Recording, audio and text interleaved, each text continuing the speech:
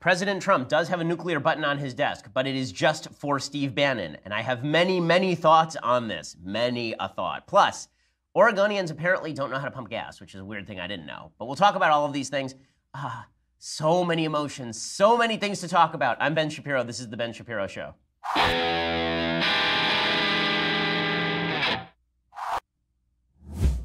Steve Bannon's the worst person ever. Okay, let's just start with that. Steve is just a garbage human being. So to watch the President of the United States turn his wrath towards Steve Bannon is very much akin to the scene in the new Star Wars film, spoiler alert, in the throne room with Kylo Ren with the lightsaber. Okay, so it's a lot of things happened yesterday, and many of them are good. I think very good for the administration, actually. The short-term effect is everybody's going to say, oh, it's chaos in the White House. Guess what? Everyone's always saying that crap. But the question is whether it's good for the administration, short and long term, and the answer is the disembowelment of Steve Bannon and strewing the planes with his intestines was, I think, in the end, a quite good move for the administration. I'll explain why in just a second. We'll go through all the details, all of the gory details, why this has happened, what's going on. No one knows except for me. So we'll talk about it in just a second. But first, I want to say thank you to our sponsors over at NatureBox. So if you're watching the news and you feel like a snack, as I so often do these days, then NatureBox is the place to go. So NatureBox will bring you all of the most healthy snacks, all of the most tasteful snacks. Everybody in the office loves NatureBox. They have over 100 delicious snacks. All snacks are made with high-quality, simple ingredients. No artificial colors, flavors, or sweeteners. It is easy. Just go to naturebox.com. You choose your snacks, and NatureBox delivers them right to your door. New snacks are added every single month, inspired by new food trends and professional chefs and customer feedback. And if you don't like a snack, then NatureBox will just replace it for free, which is awesome. Some of the ones that are popular around the office, the vanilla bean wafers, the coffee kettle popcorn, it's all great stuff. Everyone around here would be getting fat, except for the fact that these snacks are a lot healthier than the alternatives. So that's what naturebox.com is there for. So check it out, naturebox.com/Ben, and you get 50% off your first order when you go to naturebox.com/Ben. That is naturebox.com/Ben. It's perfect for days like yesterday when you're just sitting there and you need a box of something to just pop in your mouth as you watch Twitter flash by. Naturebox.com/Ben, official sponsor of the news cycle. It's just fantastic. Naturebox.com/Ben, 50% off your first order. All right, so here we are, gang. Now, you may sense a bit of personal satisfaction from yours truly that Steve Bannon just got cut in half by the President of the United States. You would not be mistaken. Steve Bannon is a bad man. I've been saying for well over a year that Steve Bannon is a bad man. I said in March 2016 that Steve Bannon had betrayed Andrew Breitbart's legacy and that he had sold out Breitbart to become his personal political vehicle. So I was first on this boat. And I don't mean like one of the first. I mean the first. Okay, I was the guy who was saying this for over a year. I said for 2 years that he was a self-aggrandizing con man who leached himself to more powerful players in order to maintain power. Right? This is stuff that I was saying.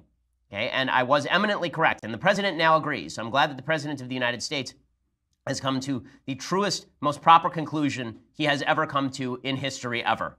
Okay, he said the truest things that have ever been said about Steve Bannon. So here is the lead up. So the lead up is that Steve is constantly leaking to the media for his own self-aggrandizement. I've been saying this to members of the media. Look at every interview that I've done over the last year. I've been saying Steve Bannon does not have any actual power. He just had the perception of power. That perception of power was being driven by a rabid media interested in painting President Trump as a rube and a hick who didn't know what he was doing, and therefore Bannon was the power behind the throne, manipulating things like some great puppeteer. It was all nonsense. Okay, Bannon was never a great puppeteer. Bannon was always a guy who plastered his lips to the ass of the most powerful person that he could find and glued them there like a barnacle until he could ride them to glory. And then, when the whale died, then he, like a virus, would find a new host and the parasite would move on. Right? He did this to Sarah Palin. He did this to Andrew Breitbart, who literally died, not because of Bannon, but then he took over Breitbart's shop and turned into Bannon.com to the point where they were selling Bannon fidget spinners like 5 months ago.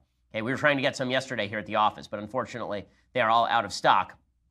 In any case, Steve Bannon has been doing this as a career move for a very long time. And he had cultivated a lot of people. Like, he had cultivated some of the hosts at Fox News. He'd become close with people like Sean Hannity. He tried to paint himself as the intellectual veneer of Trumpism. And then he started to buy his own press. And this is always the fatal flaw. In this particular Greek tragedy, Steve Bannon was the guy who was the gimlet-eyed, steely-souled fellow who was going to maneuver his way to the top. It was going to be like How to Succeed in Business without really trying, except without Robert Morse's charm.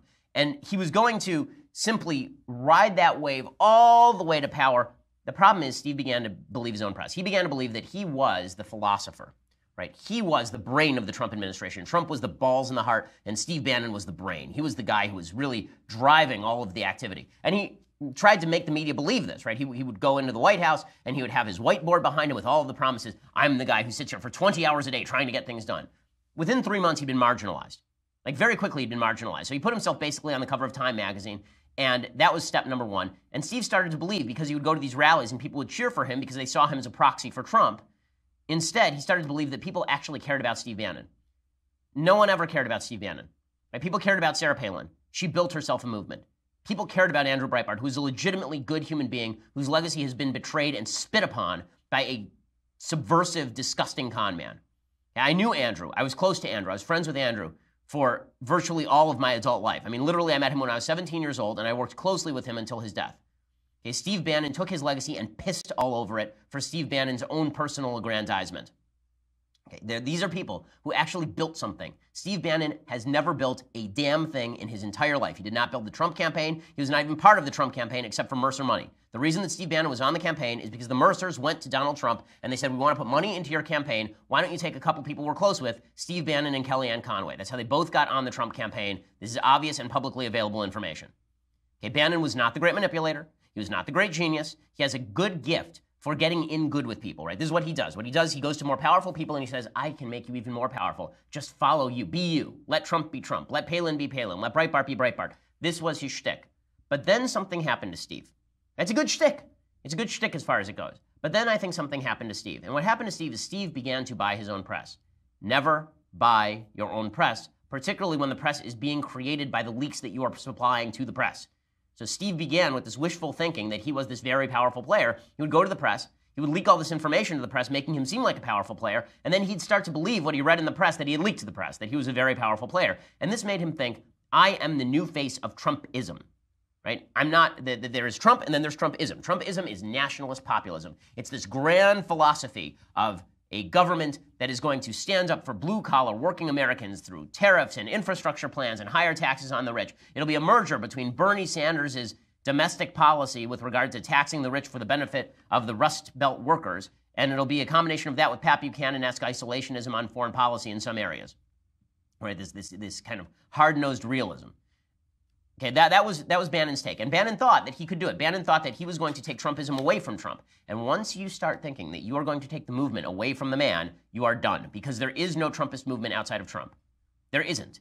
Okay, people voted for Trump because they liked the attitude. They didn't vote for Trump because he had a list of policy proposals. If people had voted for a list of policy proposals, Mitt Romney would be president right now. Okay, people don't vote for lists of policy proposals. They vote for people. People voted for Trump. They voted for Trump not because of his policy. I know Ann Coulter has this shtick today where she's saying people voted for him because they wanted the immigration reform. It's true that if he had run on a different platform on immigration, he might have gotten a different voter base.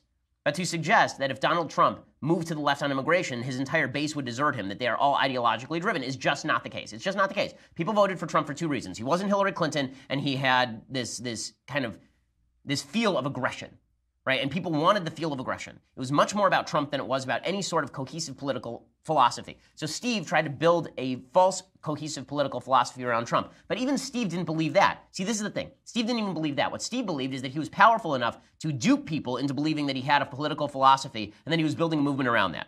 Steve is dishonest, okay? Steve is not interested in a political philosophy of any kind. I talked with him on the phone for 2 hours a day for 2 years. I know Steve pretty well, okay? I know Steve better than to believe that Steve has a set notion of his own political philosophy. And every time the media would ask me about this for years, I would say he doesn't have one. Or he's doing this for convenience. He thought, how do I distinguish myself in the marketplace? Well, if I'm a typical conservative, then I'm no different than Mitch McConnell or than Paul Ryan or than a bevy of other conservatives who push conservatism. So what can I do? Well, Trump is different, and his policy proposals are different and all over the place. What if I craft a new philosophy, and I make myself the avatar of that new philosophy? And then Trump is superfluous to that philosophy because people voted for the philosophy, they didn't vote for Trump. And I'm a better face for that philosophy than Trump is. I'm smarter than Trump, probably true. I'm more ballsy than Trump, probably not true. I'm more charismatic than Trump, obviously not true. He looks like a homeless refugee from the Vietnam War, right? The idea that Steve Bannon was ever going to capture the Trumpist movement and move it away from Trump is just asinine. It was never going to happen. But Steve began to buy his own press. And that's why Steve after he was ousted from the administration, he became completely marginal. He had no impact on the administration, none. Okay? Because he had no impact on the administration, he had to come up with a new plan after he left after he left the Trump administration. So he went back to Breitbart, which was the only place that would have him. He wasn't going to get hired anyplace else. Right? He'd been marginalized already. He goes back to Breitbart and he comes up with a new plan. And in just 1 second, I'm going to explain to you Steve Bannon's new plan and how it dramatically backfired and destroyed him. I'm going to explain that in just a second. First, I want to say thank you to our sponsors over at Policy Genius. So, Policy Genius is for people who are interested in buying life insurance. You don't spend a lot of time thinking about what happens if you die, right? Because it's dark and it's gloomy. But perhaps you should, because it can happen at any moment, like now, or now, or now, right? You could be dead listening to the rest of this ad. But here is the problem. If you haven't actually made those plans, I'm joking, obviously. I assume you're still alive listening. Otherwise, that's sad. But if you're still alive listening, go get a life insurance policy, because honestly, your family needs to be taken care of if something bad should happen to you. People don't think about this until it's too late, and then it really is too late, because we don't have the capacity to bring you back to life and buy life insurance. So please, go to policygenius.com. It's the easy way to compare and buy life insurance online. They let you compare quotes in just 5 minutes. It's almost unheard of to make a responsible purchase in 5 minutes, but Policy Genius it can do this for you. And they don't just insure life, by the way. They insure everything you can do: health insurance, disability insurance, pet insurance, renter's insurance. They've helped over 4 million people shop for insurance, and they've placed over $20 billion in coverage. It basically allows you to shop around and compare and make all the best deals and get exactly the program that is tailored to you. So if you made a New Year's resolution to be better with money, go to policygenius.com. Easy way to compare, buy life insurance. Again, no sales pressure, no hassle, and it is free, which means it's fiscally responsible. Policygenius.com. Get your New Year's resolution resolved in just 5 minutes. This is one you can just knock off your list right now. Policygenius.com. And that way, if you buy it right now, you could literally just pull over on the road while you're listening, buy your life insurance through policygenius.com, and then your family won't have to care if you die in the car crash 5 minutes from now. I mean, they'll still care, I assume. I hope they love you. But at least monetarily, they'll be taken care of. So policygenius.com, that's the place. So if, like Steve Bannon, you were basically disemboweled yesterday, you wish you would have used policygenius.com. In any case, Steve Bannon, he has to come up with a new philosophy of what he's going to do. So what Steve has done is he's always used people to get where he wants to go, right? He used Breitbart, he used Palin, he used Hannity, he used Fox News, he used Roger Ailes. He uses all these people, and then he turns on them when they become inconvenient, and he throws them under the bus, because that's who Steve is. He did it with the alt-right as well, right? He said that he made himself a platform for the alt-right, and then when Milo Yiannopoulos ran into trouble, then suddenly Milo was dead to him, right? He rode Roy Moore until Roy Moore dropped like a horse, and then suddenly he said, Roy Moore is dead to me, right? Paul Nehlen. We'll back Paul Nehlen against Paul Ryan, and then when Nehlen goes toxic, then he's dead to me, right? This is Steve Bannon's routine. Okay, so now Steve Bannon is out at the White House, and he still has to, but he has to prop up his position of looking like he's powerful. So what can he do to look powerful? Well, he has to find, again, this distinguishing point. So he's made himself the face of this so-called Trumpist philosophy. But where can he find somebody who reflects that Trumpist philosophy? Well, he has a couple of options. One, he could go the Karl Rove method. He could start a super PAC. He could raise a lot of money. He could stay behind the scenes. He could try to manipulate. But that's not Steve. Steve wants to be out front, right? Steve is the only media mogul in human history who had his own radio show, right? I was a personality before I ran Daily Wire.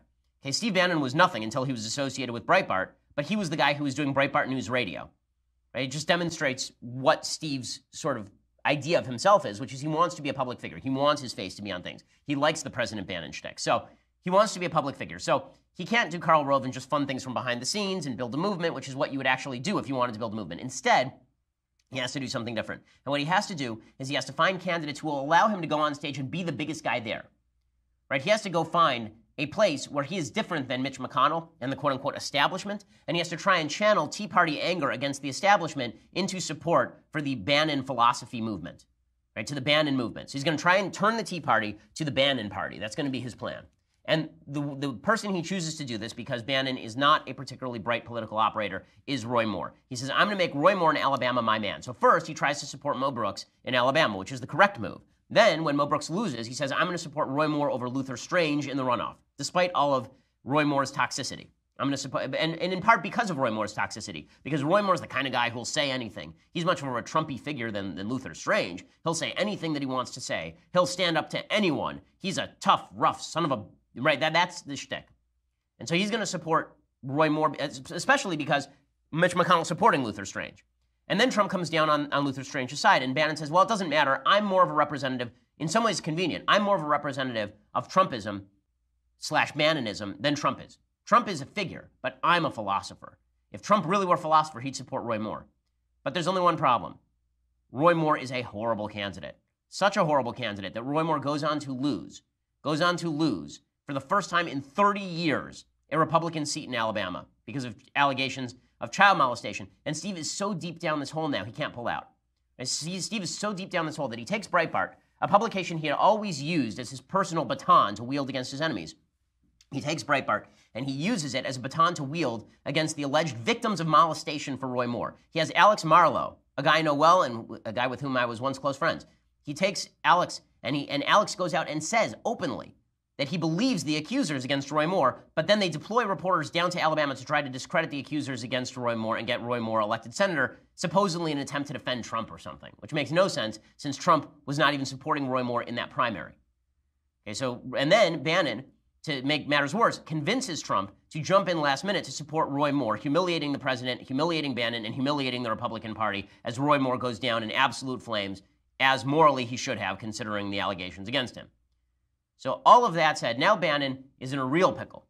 He's in a real pickle because he's picked a bunch of candidates and they all lost. And Mitch McConnell is suddenly working hand in glove with President Trump. Suddenly, Bannon has not only been edged out, he's been edged out by the establishment. There's suddenly Republican unity around a Republican program. And his philosophy of I'll burn it all down and build a giant statue of Bannon in the aftermath, that's completely fallen apart.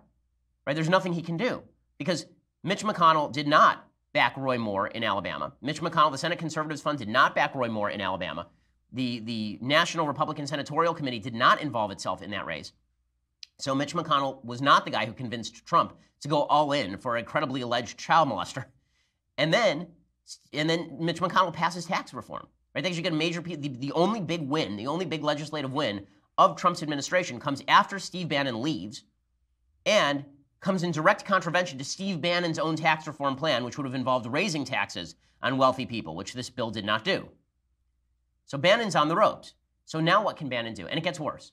A few weeks ago, I hear a rumor that Steve Bannon has been cut off by the Mercers. The Mercers were his money fund, and basically after Roy Moore, the Mercers said, enough of this con man, we're done. And they decided they're not going to fund any more Steve Bannon projects. That was at least the going rumor in sort of political circles. So Steve's desperate. So what does Steve do? Well, Steve only has one ally left. It's not Trump, because Trump isn't really taking his phone calls. Right? The last time Trump talked to Bannon was like early December, apparently. It's no longer his allies at Fox News who won't have him on after the Roy Moore thing. Right? Bannon's basically been absent since then. It's not the Mercers, because the Mercers aren't providing him cash anymore. So he has only one ally left. The only ally he has left are the people who built him up in the first place, and that is the members of the mainstream media. That's all he has left, is the members of the mainstream media who have a concern and an interest in making Bannon continue to appear a powerful figure so they can foster conflict inside the Republican Party. Because the longer Bannon is out there lurking, sniping at Trump, sniping at McConnell, creating chaos, the better it is for the media, the better story it is, the better narrative, and the worse it is for conservatives and Republicans. So Bannon has to go back to the media, right? He goes finally back to his only ally, the people he's been lying about ripping, right? The reality is that when Bannon left the White House, only one thing was lost. Right? Only one thing declined when Bannon left the White House, and that was the phone bill to Maggie Haberman at the New York Times, right? And the phone bill to Politico, and the phone bill to all the other outlets that Steve Bannon was allegedly leaking to. Right? Steve Bannon loves talking to the press, which is why he was quoted recently, and this is what I'm going to talk about now. He did an entire series of interviews with Michael Wolff, who has now written a book called Fire and Fury, right? The Fire and the Fury. And this book is coming out. It's #1 in Amazon. It's doing all sorts of business because it's basically a bunch of gossip from the White House. The guy who brought Michael Wolff in was Steve Bannon. Steve Bannon was sitting there for hours a day, apparently, talking with Michael Wolff on tape about his perception of the universe, right? How Steve Bannon was the most powerful figure who would be the next president of the United States. So he goes back to his friends in the media, and his friends in the media, he's going to leak to them and make it appear that he's still a power player, even though he is not a power player, even though he never was a power player, even though the only perception of him as a power player had been created out of whole cloth by Steve Bannon and the mainstream media. Right? And the luck of Andrew Breitbart dying and leaving him in charge of Breitbart. By the way, he wasn't left in charge of Breitbart. Larry Solov was Andrew Breitbart's partner in crime. And Larry Solov should have taken the reins at Breitbart, as well he should do now by firing Steve Bannon. He should never have hired Steve Bannon. I urged him at the time not to hire Steve Bannon. But in any case, he did. Now he should move away from that as fast as possible. So he goes back to his members of the mainstream media, and he leaks to them. just as he was fired from the administration for leaking to the American Prospect about how Trump didn't know what he was doing on North Korea. And what he dropped to Michael Wolff was a bunch of crap about all of his enemies in the administration. Right? That's all this was. It was just him riffing about the administration. And a bunch of people in the media picked up on this Wolff book, and they say, well, he must have inside knowledge of corrupt activities inside the Trump administration. This is what they jump on. They're looking for an excuse to club Trump into submission over Trump-Russia collusion or over criminal activity, because, let's face it, the members of the media are still waiting for the Deus Machina. They're still waiting for the God in the machine to come in, or outside the machine to come in and fix everything. They're still waiting for Mueller to come in from the skies like a vengeful Valkyrie and behead President Trump and make Hillary president. So now Bannon is out there telling the press that Donald Trump Jr. acted treasonously, he was unpatriotic, and it was bad bleep, right? And that they should have called the FBI. Now, and the media say, well, that means that he must have known something bad was going on at that meeting. Steve Bannon didn't join the campaign until August. Okay, that meeting took place in June. June, July, August. Last I checked, June is before August. Steve Bannon had no internal knowledge of what happened at that meeting. I think the meeting was bad myself, by the way. But the idea that Steve Bannon has the goods is just asinine. And then he says that Breitbart is not even a legit publication, which of course we already knew. I said that in March 2016, right? It was roundly excoriated by a lot of people who are on Trump's side. How dare you say Breitbart isn't a legit publication? Because it wasn't since Bannon took it over, right? Since Bannon really began running the shop, it had turned into Bannon's personal tool. And then he said that, then he goes after Kushner. He went after Jared Kushner, and he said that his involvement with Russia was greasy, and it was all about the Deutsche Bank corruption. And they're sitting on a beach trying to stop a Category 5. We went through some of this yesterday. And then Steve Bannon apparently says in the book also that Ivanka is dumb as a brick. So he's just a brilliant guy. He decides to go back to the media and leak on everybody and talk about how terrible everybody is and all the rest. Right? The entirety of all of this amounts to he goes to war with the guy who made him prominent in the first place. Right? He goes to war with the guy who made him prominent in the first place. And finally, Trump has had enough. And this brings us to the break. Okay, this brings us to Donald Trump losing it with Bannon and doing the finest thing any human being has ever done on this planet. And going off on Bannon and in truly epic fashion. And in second, I'm going to tell you what Donald Trump had to say and why Donald Trump is right about all of it. Okay, but first, I want to say thank you to our sponsors over at Quip. Quip is the new electric toothbrush. It packs just the right amount of vibrations into an ultra-slim design with guiding pulses to simplify better brushing at a fraction of the cost of bulkier designs. I use Quip every morning and every evening. And not only that, they will send you the brush heads when you sign up for their program. They send you the brush heads in the mail, so you don't have to worry about running to the store or you forgot about changing your brush head and now you're getting canker sores because you didn't replace it and you're 4 months overdue. Right? That's what Quip makes easy. It's great for travel. So when I had a different electric toothbrush, I wouldn't travel with it because it's heavy and bulky and you have to bring the charger and the whole deal.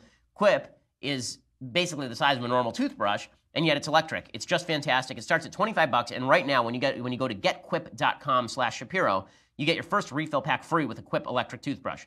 First refill pack free. Getquip.com/Shapiro. That's getquip.com/Shapiro. 75% of us do not refresh our bristles every 3 months, let alone visit the dentist every 6. Quip makes it easy. Go to getquip.com/Shapiro. getquip.com/Shapiro. Go ahead and check that out. All right, so finally, President Trump loses it on Steve Bannon, right? He absolutely loses it on Bannon and releases one of the great epic burns in the history of American presidential politics. It really is unprecedented for the president to take a member of his own cabinet, basically, and just dump. I mean, this dump, it's an epic dump. I mean, it basically is the scene from Back to the Future where Marty McFly somehow maneuvers Biff into driving his brand new car into the back of the manure truck. And that's essentially what happened here. And so Trump, here, we'll do Trump's statement in just a second, but you know what? I'm going to make you wait. I'm going to make you go over to dailywire.com and subscribe. Should we do that right now? No, not yet. You know what? No, you know what? We'll do a little more. Okay, fine. So here is the statement from President Trump. I won't tease you like that. Here's the statement from President Trump. Here it is. You ready? Steve Bannon has nothing to do with me or my presidency. When he was fired, he not only lost his job, he lost his mind. Steve was a staffer who worked for me after I had already won the nomination by defeating 17 candidates, often described as the most talented field ever assembled in the Republican Party. Now that he is on his own, Steve is learning that winning isn't as easy as I make it look. Steve had very little to do with our historic victory, which was delivered by the forgotten men and women of this country. Yet Steve had everything to do with the loss of a Senate seat in Alabama held for more than 30 years by Republicans. Steve doesn't represent my base. He's only in it for himself. Steve pretends to be at war with the media, which he calls the opposition party, yet he spent his time at the White House leaking false information to the media to make himself seem far more important than he was. It's the only thing he does well. Steve was rarely in a one-on-one meeting with me and only pretends to have had influence to fool a few people with no access and no clue whom he helped write phony books. We have many great Republican members of Congress and candidates who are very supportive of the Make America Great Again agenda. Like me, they love the United States of America and are helping to finally take our country back and build it up, rather than simply seeking to burn it all down. Slow clap that builds into an impressive round of applause for the President of the United States. Every word of this is true. Steve Bannon is not responsible for Trump's victory. He is not responsible for Trump's agenda. He is not responsible for Trump's philosophy. He is not responsible for Trump's accomplishments in the last 2 months. Trump has gotten more done in the last 2 months without Steve Bannon there than he did in the entirety of Steve Bannon's tenure in the White House. Now, other members of the Trump team have also sounded off about Bannon. It's my former colleague at Breitbart and my friend Larry O'Connor. He had a good piece at the Washington Times saying, this is the first time the conservative movement has been united since the election cycle, was around Steve Bannon getting his ass kicked by Trump. That's basically correct. No one likes Bannon. The reason no one likes Bannon is because Bannon is a bad man. He's a bad man who uses people and abuses people. He's a person who doesn't have any thoroughgoing philosophy. He does not care about policy. He does not believe in a conservative approach to governance. He is not somebody who believes in anything but Steve Bannon. And watching Bannon burn down and watching Trump recognize the flaw in Bannon and cleanse his administration of a nefarious force that was willing to make common cause of the enemy. It was Bannon who was telling Trump, apparently, to blame both sides in Charlottesville. It was Bannon who originally formulated the travel ban that ended up being struck down by the courts because he was too stupid to actually go to the lawyers and ask them how to do it. Right? Trump's administration just got a lot better by separating off from Steve Bannon. Even Breitbart knows it. Breitbart is running the story straight today. Right? The commenters at Breitbart are very anti-Bannon, as well they should be, because Bannon was undermining Trump's agenda. When I was anti-Trump because I didn't feel that Trump was celebrating. Right? They just inserted this for the re-release, and it's like people on Naboo celebrating. Okay, that's basically how it was around conservative media yesterday when Steve Bannon was torched by the president, when he was set on fire. The metaphor actually works because Bannon called himself Darth Vader. In any case, Donald Jr. went off on Bannon.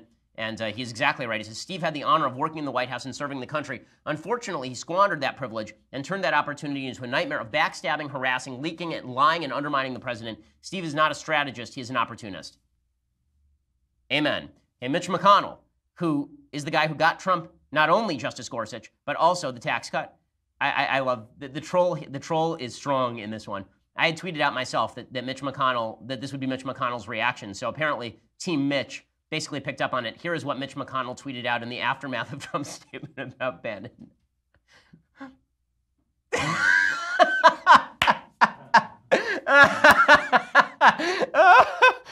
For people who can't see, it is a shot of Mitch McConnell just slowly smiling, and it's pretty glorious. Sarah Huckabee Sanders, you have to understand, no one likes Steve Bannon because Steve Bannon is a toxic personality.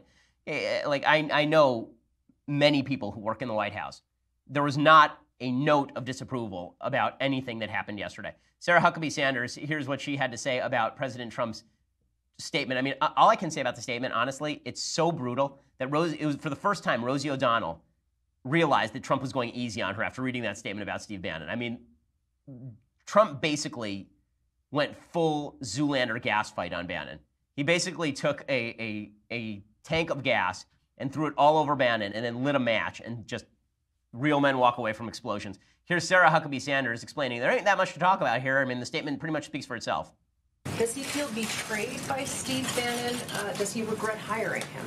I think the president's statement is extremely clear what his position on Mr. Bannon is. It was pretty lengthy and pretty detailed, and there's not really much to clarify or to add. But is there regret then? I mean, he says a lot in this book, and they did have a long and close working relationship. So is there a sense of betrayal? Once again, I think the president's statement fully addresses what his position and what his relationship with Mr. Bannon is. Okay, so this is exactly right, and all of this is well-deserved This was coming to a man who thought that he was bigger than the president, not only bigger than the president, bigger than the conservative movement, bigger than the Tea Party, bigger than Andrew Breitbart, bigger than Sarah Palin, a man with outsized ambition buried by his own ambition. If you want to see whether this is good for Trump, all you have to do is see how Democrats are reacting to it. So suddenly Bannon is their hero. Right, so Bannon had been ripping Trump up and down and suggesting that there was widespread corruption inside the Trump campaign. And you can see the Democrats are seizing on that as though Bannon has anything new to say. Bannon was not in the know. Bannon was not there until late in the campaign. Okay, Mueller is the one who's going to know whether something went on. I don't know whether something went on. You don't know whether something went on. The media don't know whether something went on. And guess what? Steve Bannon doesn't know if something went on either. Okay, Steve Bannon is not aware if something went on either. So you can see the Democrats seizing on this and trying to pretend that this is good evidence that Trump is going to go away very soon. Julian Castro, the Democratic representative, he says that Bannon definitely has evidence of money laundering. That's really the key here. I can't talk about what I heard in the interview, but I can tell you that my impression after sitting through those hours of that interview is that the president should be concerned about issues of money laundering, of collusion, and of obstruction of justice. I say that's my impression, not only from hearing that witness, but also many of the other witnesses that have come before the committee. So this White House should be nervous about what has been told to the committee. And do you believe, well, as you said, you can't necessarily, tell us exactly what you heard in those hearings. Right. Do you believe that you heard evidence of crimes committed by members of this administration? Okay, so again, they're jumping on the Bannon stuff in order to try and discredit Trump, which shows you why Bannon had to be ousted and why he had to be burned by Trump here. It was all Bannon's own doing. Well, we're going to have to take a break here in just a second. First, I want to say thank you to our sponsors over at tripping.com. So over at tripping.com, you can spend less time planning your next trip, more time relaxing with tripping.com. It is the world's #1 site for vacation rentals, trusted by millions of travelers, featured by the New York Times, Travel and Leisure, Forbes, and more. With tripping.com, this is what's great about this. One search lets you filter, compare, and sort over 10 million available properties on sites like VRBO, TripAdvisor, Booking.com, and more. And what's great about tripping.com is that you are really working for it's vacation rental. So it's not as much about finding a hotel as it is about finding a place that you can rent that actually has, for example, a kitchen, right? You're looking for a cabin or a beachfront home. This is actually really important to me personally. So I use tripping.com because when I vacation, I actually can't stay in a hotel for a long period of time because I have to cook kosher food. I need a stove. And I have kids. I need a washing machine too. So the only places that have that are usually condos for rent or a cabin for rent. With tripping.com, you can make all of this happen. Right? You can make sure that you're getting the best deal on a New Year's Eve cabin or a winter beach vacation. You save an average of 18% per night by booking your vacation with tripping.com. So don't forget, you want to save time and money and you want to get the best available property. By the way, it's much more fun to stay in a condo than it is to stay in a hotel room. In my personal opinion, as a guy who stays in a lot of hotel rooms, it's a lot more fun to stay in a place where you have some space to spread out.